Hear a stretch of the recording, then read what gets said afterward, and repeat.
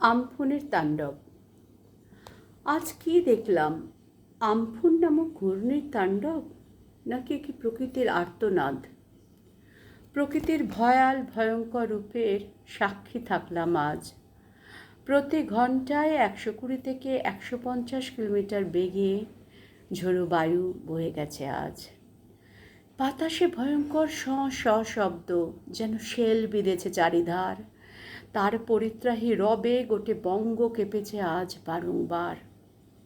কখনো ভেঙে পড়েছে নদীর পার, কখনো সমুদ্রের 15 ফুট উত্তাল ঢেউ, সমুদ্র উপকূলের বোল্ডারের হঠাৎ প্রবহমান বেগ, কখনো বা চালাবাড়ি গাছ ভাঙার বিকট শব্দ, বিদ্যুতের খুঁটি উল্টে যাওয়া অথবা অসময়ে শস্যক্ষেত্রের ঝরে পড়া নিঃশব্দ কান্না।